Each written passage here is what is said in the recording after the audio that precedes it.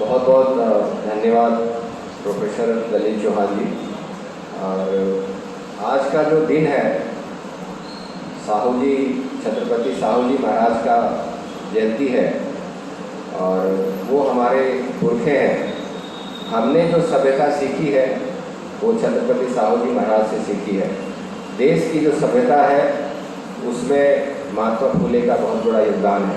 Doctor B.R. Ambedkar का आज की जो सभ्यता है उसमें उनका बहुत बड़ा योगदान है। सभ्यता का मतलब ये है कि जब हम समतामूलक समाज का निर्माण करते हैं, न्यायोचित समाज का निर्माण करते हैं तो उसको हम सभ्यता बोलते हैं। अगर आप जाति और धर्म के नाम पे नफरत करते हैं तो मैं उनको असभ्य बोलता हूँ।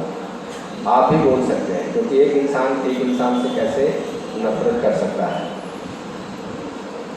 हम ऐसे देश में रहते हैं जहाँ पर कि नाना प्रकार के, अनेकों प्रकार के धर्म हैं, अनेकों प्रकार की जातियाँ हैं। 6743 या उससे भी जातियाँ भी हैं और उपजातियाँ भी हैं।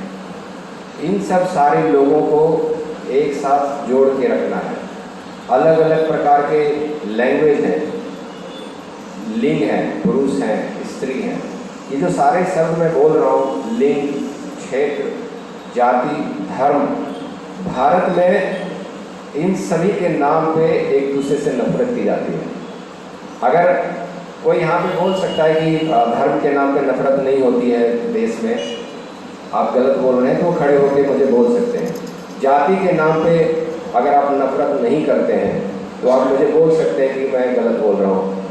लिंग के नाम पे अगर आप डिस्क्रिमिनेशन नहीं कर रहे हैं तो आप मुझे बोल सकते हैं कि मैं गलत बोल रहा हूँ। लेकिन छत्रपति साहू जी महाराज, डॉक्टर B.R. अम्बेडकर, महात्मा फूले, सावित्रीबाई फूले, इन सब लोगों का मैं नेक्स्ट जनरेशन हूँ। वो हमारे पुरखे हैं। उन्होंने हमें क्या सिखाया, हम उनको के बारे में थोड़ा सा चर्चा करने की कोशिश करेंगे। आज की जो रोजगार संसद है, रोजगार संसद से ऐसा लगता है कि पार्लियामेंट, जहाँ पे कि जो हमारे सांसद हैं वो कुछ टॉपिक पर चर्चा करते हैं। तो कुछ स्टेज की अपनी एक गरिमा है, स्टेज का अपना एक लिमिटेशन है। तो कुछ लोग यहाँ पे बैठे हैं और कुछ लोग सामने बैठे हैं। तो आज की जो गोष्ठी है उसमें जो यहाँ बैठे हैं वो भी पार्टिसिपेट करेंगे, जो हमारे सामने बैठे हैं वो भी पार्टिसिपेट करेंगे। सबको अपना अपना ओपिनियन रोजगार संसद पे रखना है, ताकि हम उनका फीडबैक जो है हमारे जो माननीय संस्थापक हैं गोपाल राय जी उन तक पहुँचा सकें। और आप ऐसे सोचिए कि देश में इतनी जनसंख्या है, लोग बोलते हैं ना कि बहुत सारी जनसंख्या है तो सबको रोजगार नहीं दे सकते हैं। लेकिन 1947 में हमारा देश आज़ाद हुआ, 1949 यानी कि 2 साल बाद चीन आज़ाद हुआ। हमसे ज़्यादा पॉपुलेशन है उनकी, लेकिन वहाँ पे भी लगभग लोग एम्प्लॉयड हैं। लेकिन हम भारत में अभी रोजगार की बातें कर रहे हैं, रोजगार का कोई कानून अभी बन नहीं पाया। लेकिन मैं एक स्टेटमेंट आपके सामने रखना चाहता हूँ कि अगर कोई आदमी के पास, चाहे वो स्त्री हो, पुरुष हो, किसी भी जाति से हो, अगर उसके पास रोजगार है तो देश जो है अपने आप मजबूत हो जाएगा। क्योंकि रोजगार सिर्फ आर्थिक मसला नहीं है, रोजगार किसी व्यक्ति के निर्माण का मसला नहीं है। रोजगार जो है देश में आर्थिक हिस्सेदारी का मसला है। इस बात को हमें समझने की ज़रूरत है। आप ऐसे सोचिए कि जैसे मैंने बोला कि बहुत अलग अलग प्रकार की जातियाँ हैं, अलग अलग प्रकार के धर्म हैं, इन सब को बोलने की क्या ज़रूरत पड़ी। अगर आप आर्थिक तौर पे समृद्ध हैं और आपको सामाजिक गरिमा नहीं दी जाती है समाज में, तो मुझे ऐसा लगता है कि वो आर्थिक जो संपन्नता है वो बेकार हो जाती है। मैं पासवान समुदाय से बिलोंग करता हूँ और भारत में उसको दलित समुदाय में जाना जाता है। हालांकि मैं एक इंडस्ट्रियलिस्ट हूँ, लेकिन मुझे पता है कि जब मैं रास्ते में चलूँगा तो मुझे पीछे से बोलेंगे कि वो जाति के नाम पे गाली देंगे। तो ये जो सामाजिक जो गरिमा है, अगर मेरे पास नहीं है, मेरे पास इतना टैलेंट है, मैं एक हाईली क्वालिफाइड पर्सन हूँ, उसके बावजूद अगर मुझे सामाजिक गरिमा नहीं मिल रही है, तो जो इंसान गरीब है, जो इंसान एक आखिरी पंक्ति में खड़ा है, उसकी क्या सामाजिक गरिमा होगी देश में, आप अच्छे से समझ सकते हैं। तो कहने का मतलब ये है कि हमारा जो देश की बात फाउंडेशन का जो मकसद है, हम सामाजिक और आर्थिक एवं राजनीतिक पुनर्जागरण यानी कि तीनों पॉइंट पे हम लोग काम करने की कोशिश कर रहे हैं। क्योंकि तीनों जो शब्द है वो अपने आप में कभी भी अलग नहीं हो सकता। सामाजिक गरिमा, आर्थिक संपन्नता और राजनीतिक हिस्सेदारी कभी भी एक दूसरे से अलग नहीं हो सकता है, यानी कि सबको हमको साथ लेके चलना है। आगे हम बात करते हैं, एक सफ़र की बात करते हैं।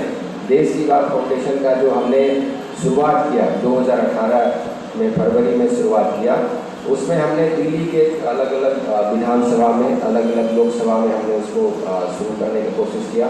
और हमारा जो आइडियोलॉजी है वो है सकारात्मक राष्ट्रवाद। सकारात्मक राष्ट्रवाद का मतलब ये है कि हम सभी को, चाहे वो किसी भी जाति के हों, किसी भी धर्म के हों, किसी भी लिंग के हों, उन सब को हमें मोहब्बत के आधार पर जोड़ना है। यानी कि आप ये मान के चलिए कि जैसे एक माला का निर्माण होता है तो आपको उस माला में जो फूल होते हैं उनको भी अपनी जगह देनी होती है, और एक माला एक फूल से दूसरे फूल की जो दूरी है वो भी आपको बना के रखनी होती है, ताकि वो एक दूसरे पे ना जाए तो अच्छा नहीं लगेगा फिर उसमें। यानी कि आपको सामाजिक गरिमा उनको देनी है, और सामाजिक गरिमा है लेकिन आप आर्थिक तौर पे मजबूत नहीं है तो ये बेकार हो जाती है। तो ये तीनों चीज़ें आपको साथ लेके चलनी है।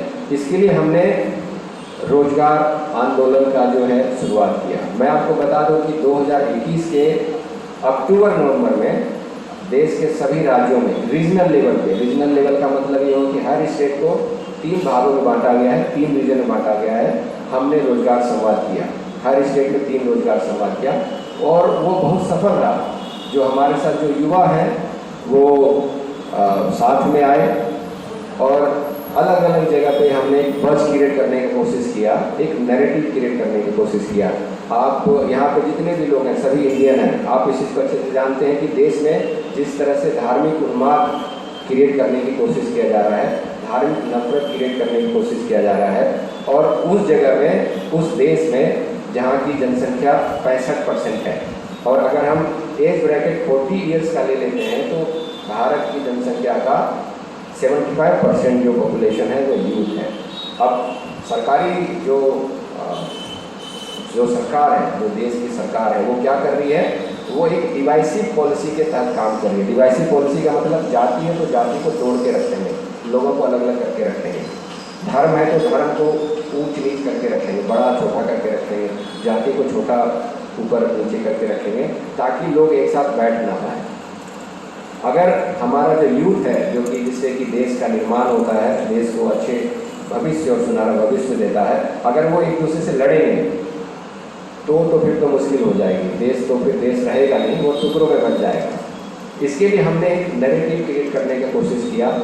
उसके लिए हम लोग एक इकोनॉमिक एम्पावरमेंट देने की कोशिश किया कि रोजगार, जो हमारे देश में जो हमारे युवा हैं, अगर उनके पास रोजगार नहीं है तभी तो दंगे फैलाएंगे।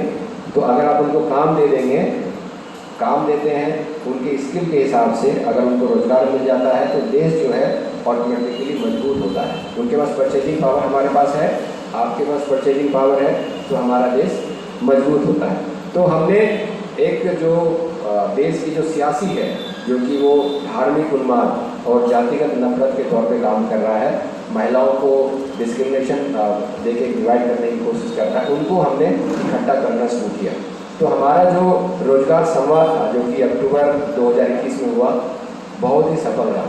उस सफलता को देखते हुए हमने 19 दिसंबर 2021 में दिल्ली में हमने रोजगार संसद किया। जो अपने ये बोर्ड आप देख रहे हैं, रोजगार संसद लिखा हुआ है, तो दिल्ली स्टेट का हमने रोजगार संसद किया।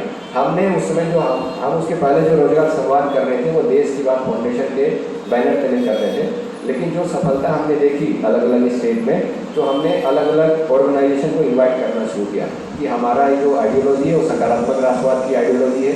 हम रोजगार की बात कर रहे हैं, युवाओं को हम एम्पावर करना चाहते हैं, यूथ को हम इकोनॉमिक एम्पावरमेंट करना चाह रहे हैं, तो आप भी हमारे साथ आएँ।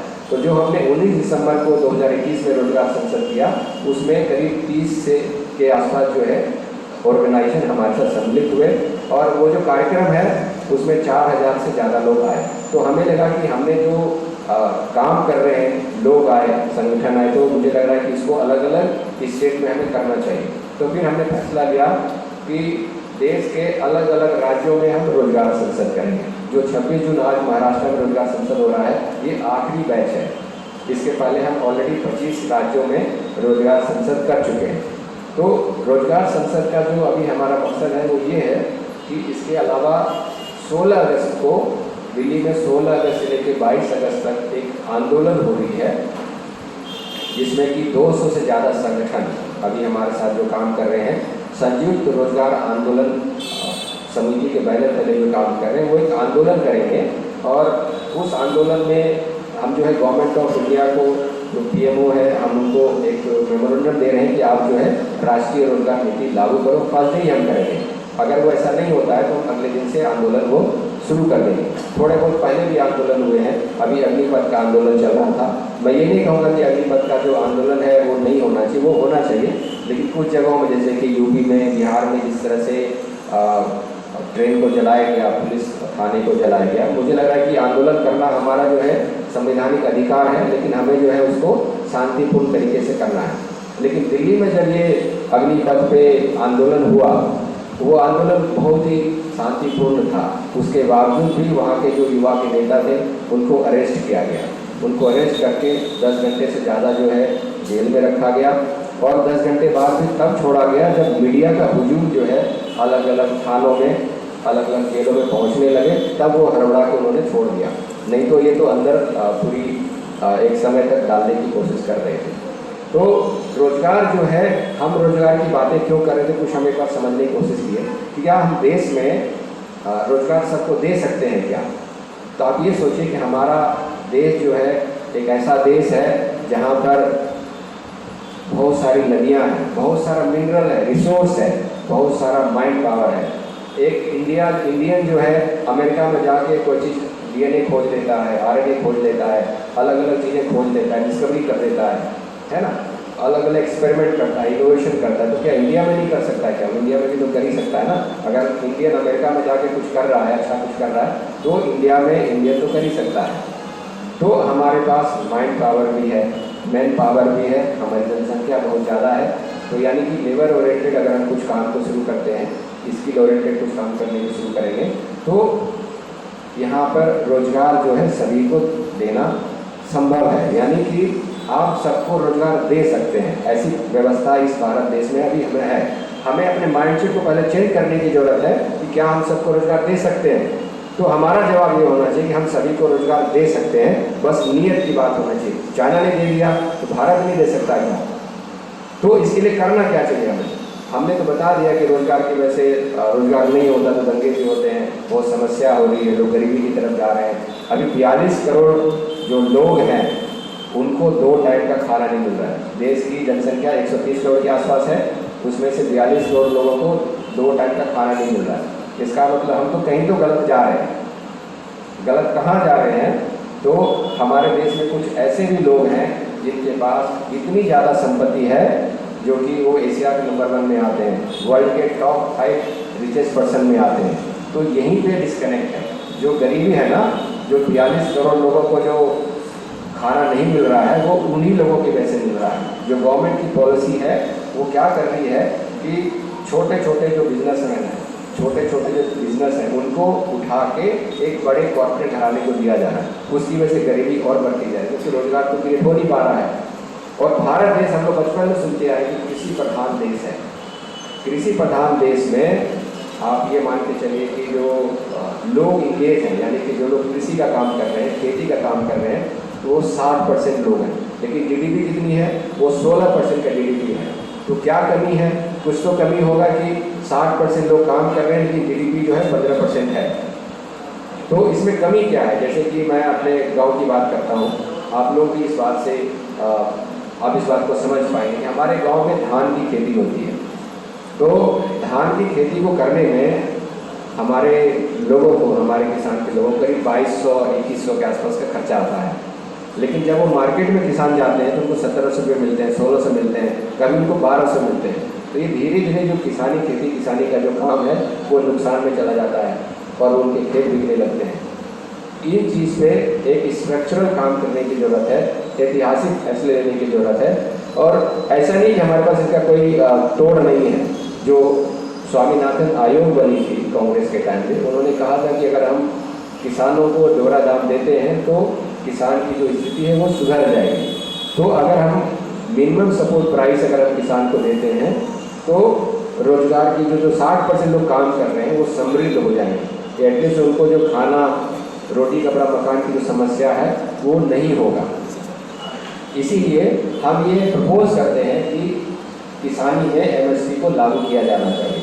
दूसरा जो सबसे बड़ा जो इंडस्ट्री होता है जिसको हम बैकबोन बोलते हैं वो होता है स्मॉल एंड मीडियम एंटरप्राइजेस। अगर वो डीमोनेटाइजेशन के पहले उसमें 13 करोड़ से ज़्यादा रोजगार था, जैसे ही डीमोनेटाइजेशन हुआ वो वहाँ से करीब 11 करोड़ रोजगार यूँ खत्म हो गए। क्यों किया गया डीमोनेटाइजेशन ये तो मुझे पता नहीं, क्या गवर्नमेंट की पॉलिसी रही, क्या चाह रहे थे, लेकिन जैसे ही डीमोनेटाइजेशन हुआ 11 करोड़ लोग और बेरोजगार हो गए। और भारत की जो अर्थव्यवस्था है वो इस तरह का है कि जनरली क्या होता है, अगर आप डेवलप कंट्री में जाएंगे तो जो कृषि की जो व्यवस्था होती है वो वहाँ से पहले मैन्युफैक्चरिंग सेक्टर में जाता है, वहाँ पे वो काम करता है, फिर वो सर्विस सेक्टर की तरफ जाता है। पर इंडिया की ऐसी व्यवस्था हो गई जहाँ पे कि कृषि व्यवस्था से वो उठकर डायरेक्ट जो है वो सर्विस सेक्टर की तरफ चला जाता है और मैन्युफैक्चरिंग सेक्टर आपका जीरो हो जाता है, जो कि आपका बैकबोन है। मैन्युफैक्चरिंग सेक्टर जितना रोजगार दे सकता है उतना रोजगार कोई भी नहीं दे सकता है। लार्ज कैपिटल वाले जो मान लीजिए कि टाटा ग्रुप है, बिरला ग्रुप है, अंबानी ग्रुप है, अडानी ग्रुप है, वो कुछ लोगों को रोजगार दे सकता है लेकिन सभी को रोजगार नहीं दे सकता है। सभी को रोजगार देने के लिए जैसे कि मान लीजिए अनस्किल्ड लेबर फोर्स है इंडिया में जिनको कुछ नहीं आता, सेमी स्किल्ड लेबर फोर्स है जिनको थोड़ा बहुत कुछ आता है, या स्किल्ड लेबर फोर्स जैसे कि इंजीनियर हो गए, डॉक्टर हो गए। स्किल्ड वाले को तो ऑर्गेनाइज सेक्टर एम्प्लॉय कर लेता है, लेकिन जो सेमी स्किल्ड है या अनस्किल्ड है उनको एम्प्लॉय करने के लिए एमएसएमई का बहुत बड़ा रोल होता है। यानी कि हमें एक ऐसा पॉलिसी लाने की जरूरत है जो कि हमारे इंडस्ट्री को, जो कि मीडियम और स्मॉल एंटरप्राइजेज है, उसको मजबूत करे। और तीसरा क्या है कि जैसे सर्विस सेक्टर है, आप एजुकेशन पे अगर हम काम करते हैं तो हमारा जो देश है वो थोड़ा मजबूत होता है। स्किलिंग में हमें काम करने की ज़रूरत है। तो देश की बात फाउंडेशन जो है अलग अलग संगठनों को मिलके जो हमने मार्च 23-24 को नेशनल कॉन्फ्रेंस किया था रोजगार को लेके, उसमें 200 से ज़्यादा संगठन आए थे। हम लोगों ने मिल के एक इसका सॉल्यूशन निकाला। हम जो आपको प्रॉब्लम ही बता रहे हैं तो ऐसा नहीं कि सिर्फ प्रॉब्लम ही है, हम इसका समाधान भी निकाल के लेके आए हैं। तो जो संयुक्त रोजगार आंदोलन समिति है इसका 10M पॉलिसी का समाधान लेके आई है। मैं एक एक करके आपको समझाने की कोशिश करूँगा। मिनी टेक्नोलॉजी जो है पहला 1M है। मिनी टेक्नोलॉजी का मतलब ये होता है कि हम ग्राम स्वराज की बात कर रहे हैं। ग्राम स्वराज में क्या होता है कि जो हमारे वहाँ के जो लोकल ट्रेडर हैं, जैसे मान लीजिए कोई खेती हो रहा है, उस खेती के सामान को लोकल मार्केट में जो बेचा जा रहा है, एक तो वो बेचें, और दूसरा क्या होता है जैसे कि एग्रो इंडस्ट्री का आपने सुना, जैसे केचप बनता है या कुछ जूस बनता है या पैकेजिंग होता है, वो हम एक लोकल लेवल पे जो कि कृषि से रिलेटेड जो बिजनेस है और वो हम ब्लॉक लेवल पे या डिस्ट्रिक्ट लेवल पर अगर करने की कोशिश करते हैं तो उसको हम मिनी टेक्नोलॉजी बोलते हैं। ग्राम स्वराज का बस एक निगेटिव पॉइंट ये होता है कि जो हमारा देश है बहुत अलग अलग तरीके के जाति में बटा हुआ, तो वो मामला आपको बिगाड़ सकता है। लेकिन जब आर्थिक संपन्नता की बात करेंगे तो मुझे लगता है कि आपको सामाजिक गरिमा, तो जो आपके साथ काम कर रहा है उनको आप देंगे तो आप मिनी टेक्नोलॉजी वाला जो रूल है वो सक्सेसफुल हो सकता है। दूसरा जो इम्पोर्टेंट पॉइंट मैं कहना चाहूँगा कि अभी मैं एक इंडस्ट्री से बात कर रहा था, उन्होंने कहा कि एमएसएमई में ठीक से क्रेडिट फैसिलिटी नहीं मिलती है। उनको अगर बैंक में लोन लेना है तो पता नहीं क्या क्या करना पड़ेगा, रिश्वत भी देनी पड़ती है, उसके बाद जो भी हो सकता है उसको लोन नहीं मिलता है। तो मिनिमम क्रेडिट सपोर्ट को हमें सुनिश्चित करने की ज़रूरत है। और ये कानून ऐसे होने चाहिए कि जो हमारे जो स्मॉल एंड मीडियम इंटरप्राइजेज हैं या कोई एंटरप्रेन्योर अपना काम शुरू करना चाहते हैं उनको ईजी लोन मिले, तब जाके चीज़ें और मजबूत होगा। और आप ये देखिए कि जो सबसे इम्पॉर्टेंट पॉइंट है, हम mind set and skill training की बात कर रहे हैं। इंडिया में जो माइंड सेट है वो ये है कि बस सरकारी नौकरी में हम चले जाएँ, लेकिन सरकारी नौकरी कितनी है? 2% सरकारी नौकरी है, उसमें से 0.6% जो है कॉन्ट्रैक्चुअल है, यानी संविदा वाला जो है, ठेका वाला जो है। एक्चुअल में जॉब जो है सिर्फ 1.4% सरकारी जॉब है। तो आपको थोड़ा सा माइंड सेट को चेंज करने की ज़रूरत है कि हम गवर्नमेंट जॉब से उसको छोड़ के हम प्राइवेट जॉब की तरफ हम आगे बढ़ सकते हैं। तो अगर हमने इस तरह से काम करना शुरू किया तो हम आगे बढ़ सकते हैं। स्किलिंग इंडिया में, स्किलिंग जो आप देखोगे तो एजुकेशन पे तो काम हो रहा है, लेकिन स्किलिंग में जो है देश को जो युवाओं को जो स्किल देना चाहिए उस पर 1% से भी कम बजट खर्चा हो रहा है। यानी कि स्किलिंग में हमारा कुछ फोकस ही नहीं है। जब हमारे पास हाथ में हुनर ही नहीं होगा, हम क्या रोजगार करेंगे या क्या हम अपने आप को सेल्फ एम्प्लॉयमेंट दे सकते हैं? वो नौकरी देने वाला कभी नहीं बन सकता, वो तो हमेशा अपने लिए नौकरी ढूंढता रहेगा। इसीलिए हमें माइंडसेट और उनके स्किल पे काम करने की ज़रूरत है। मिनी मार्केट मैंने थोड़ा समझाने की कोशिश किया कि गांव में किसी अगर खेती हो रहा है तो उनके प्रोडक्ट को बेचने के लिए वो किसी डिस्ट्रिक्ट में ना जाए या किसी बड़े शहरों में उनको ना जाना पड़े, वो आसपास के शहरों में जो ब्लॉक है उसमें जाके अगर वो अपना सामान बेचता है तो उनका लॉजिस्टिक का खर्च बच जाता है। तो वो उनका मार्केट जो किसान को जो अपना मूल्य है, चांसेस है कि वहाँ पे उनको अच्छा मूल्य हो सकता है, बशर्ते कि जो मिनिमम सपोर्ट प्राइस है वो एक उसको लागू कर दिया जाए, तब ये थोड़ा संभव हो सकता है। और एक जो मल्टीनेशनल या इंटर स्टेट या जो डिस्ट्रिक्ट लेवल का जो लॉजिस्टिक सिस्टम है उसको हमें मजबूत करने की ज़रूरत है। जो रोड जो होनी चाहिए वो इस तरह का हो कि आज जो है कोई व्यापारी जो है यहाँ सामान लिया और दूसरे 1 घंटे में 2 घंटे में डिस्ट्रिक्ट में जाके अपना वो सामान बेच सके। तो एक लॉजिस्टिक सिस्टम को भी डेवलप करने की ज़रूरत है। और अभी हमने थोड़ा बात भी किया था कि जो मैन्युफैक्चरिंग है, स्मॉल एंड मीडियम इंटरप्राइजेज का मैन्युफैक्चरिंग है उसको बढ़ाने की ज़रूरत है, क्योंकि वहाँ जो है बहुत सारा रोजगार हमें मिल जाता है। That is the backbone of Indian economy और एनी कंट्री पे से। तो हमें वहाँ पे काम करने की ज़रूरत है। एमएसएमई को बहुत ही ज़्यादा मजबूत करने की ज़रूरत है। फार्मिंग और एमएसएमई को अगर हम मजबूत कर देते हैं हमें और कहीं जाने की ज़रूरत ही नहीं। हमारा देश सेल्फ सफिशिएंट है रोजगार की करने को। इसमें एक मिनिमम इकोनॉमिक सपोर्ट है। मिनिमम इकोनॉमिक सपोर्ट का जो कॉन्सेप्ट है अलग अलग जगहों पे हमने इसमें डिबेट किया है। जो इंडस्ट्रीज बोलते हैं कि वो मिनिमम इकोनॉमिक सपोर्ट नहीं मिलना चाहिए, इससे क्या होता है जनता जो है वो कामचोर हो जाएगी। लेकिन अगर हमारे अभी मैंने बोला 42 करोड़ का डाटा आपको मैंने पेश किया था कि 42 करोड़ के जो लोग हैं उनको 2 टाइम का खाना नहीं मिल रहा है। तो खाना मुहैया करना तो सरकार की जिम्मेवारी है, ये तो आप मानते हैं कि उनको खाना 2 टाइम का मिले, कम से कम वो मुहैया करानी है। उसके लिए हमने एक नियम बनाया कि एक परिवार में कम से कम 5 लोग हो सकते हैं। तो अगर हम कैश या काइंड में, कैश या काइंड का मतलब ये हुआ कि काइंड का मतलब उनको एजुकेशन फैसिलिटी अगर हम फ्री कर देते हैं, क्वालिटी एजुकेशन फैसिलिटी, ऐसा नहीं कि वो प्यून भी ना बन पाए, ऐसा गवर्नमेंट स्कूलिंग आप दें उनको कि वो प्यून और क्लर्क भी ना बन पाए, ऐसा स्कूलिंग दें आप जो कि कम्पीट करे, जो आपके इंटरनेशनल स्कूल है या जो अलग अलग पब्लिक स्कूल है उससे कम्पीट करके वो आप सिविल सर्टिफिकेट क्रिएट कर सकते हैं, डॉक्टर इंजीनियर क्रिएट कर सकते हैं। उस टाइप का आपको गवर्नमेंट स्कूलिंग तैयार देना होगा, तब जाके आप ये सोचो कि वो काइंड वाला मिनिमम इकोनॉमिक सपोर्ट आप उनको दे रहे हैं। क्योंकि अगर वो स्कूल जाता है प्राइवेट स्कूल में तो लाखों तो उसमें खर्च कर रहा है, अगर वो हॉस्पिटल जाता है अपना इलाज कराने के लिए तो लाखों तो उसमें खर्च कर रहा है। तो अगर आप एजुकेशन की व्यवस्था को या स्वास्थ्य की व्यवस्था को सुदृढ़ करते हैं, मजबूत करते हैं, तो आप ये समझ लीजिए कि हम जनता को थोड़ा सा सहयोग कर रहे हैं। तो मिनिमम सपोर्ट अगर हम उनके खाने का भी बंदोबस्त कर देंगे तो मुझे लगता है तो आगे वो मजबूत हो सकता है। आप ये मत सोचिए कि यहाँ पे कौन ऐसा इंसान है कि अगर हम ये बोलेंगे उनको 2 टाइम का खाना दे देंगे तो वो काम नहीं करेगा, वो नौकरी नहीं करेगा। ये सब एक जो माइंड में ना कॉलोनियल माइंडसेट मैं बोलता हूँ, कॉलोनियल माइंडसेट ये होता है कि अगर हम उनको 2 टाइम का खाना दे देंगे तो काम ही नहीं करेगा, वो निकम्मा हो जाएगा, वो बेरोजगार है। मुझे नहीं लगता कि यहाँ पे हम किसी को 2 टाइम का खाना देंगे तो निकम्मा की तरफ पड़ा रहेगा। वो एक मजबूरी हो सकती है, कुछ लोग अलग हो सकते हैं, 1% ऐसा हो सकता है कि 2 टाइम का खाना मिले तो वो ना करे कुछ काम, लेकिन 99% ऐसा है कि वो रोजगार करने की कोशिश करता है ताकि उनको रोजगार मिले और परिवार को वो अलग अलग चीज़ों में आगे बढ़ा सके।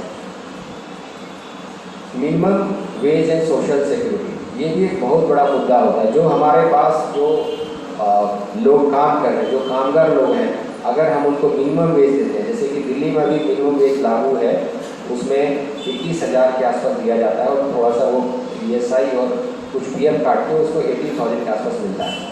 ये कानून लागू करने के लिए भी दिल्ली सरकार को बहुत मशक्कत करनी पड़ी थी, उनको सुप्रीम कोर्ट तक जाना पड़ गया क्योंकि इंडस्ट्रीज बहुत सारे खड़े हो गए कि इतना पैसा हम नहीं दे सकते। लेकिन आप इस साइकिल को समझिए कि मान लीजिए कि मैं एक कपड़े की इंडस्ट्री में काम कर रहा हूँ और मुझे एक मिनिमम वेज मिल रहा है, 20,000 रुपये महीने का मुझे मिल रहा है और मेरे खाने का जो खर्चा है उससे मेरा कुछ पैसा बच रहा है, तो मैं अपने लिए जूता खरीदूँगा मैं अपने लिए कुछ कपड़ा खरीद सकता हूँ, मैं अपने घर के कुछ सामान ला सकता हूँ, या मैं कहीं घूमने जा सकता हूँ। अगर मैं घूमने गया तो टूरिज्म इंडस्ट्री डेवलप होगा, इनडायरेक्ट तौर पे अलग उधर भी एम्प्लॉयमेंट मिलेगा।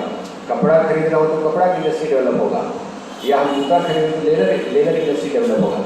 यानी कि अगर उनके पास परचेजिंग पावर है तो in the long run, may be after 6 months और 1 ईयर, इंडस्ट्री भी अपने आप मजबूत होता है।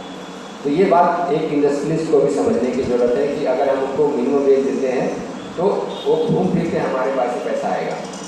जो क्लॉथ इंडस्ट्री वाला जो पर्सन है वो लेदर लेगा, तो लेदर वाला का जो काम है वो भी सेल उनकी बढ़ जाएगी, क्लॉथ वाली की सेल बढ़ जाएगी, तो नेचुरली आपको एक पॉजिटिव मार्केट की तरफ लेके जाता है। और एक जो मोस्ट इम्पॉर्टेंट पॉइंट जो था कि फार्मिंग में एमएसपी होना चाहिए, मिनिमम सपोर्ट प्राइस, उस पर मैंने चर्चा किया है।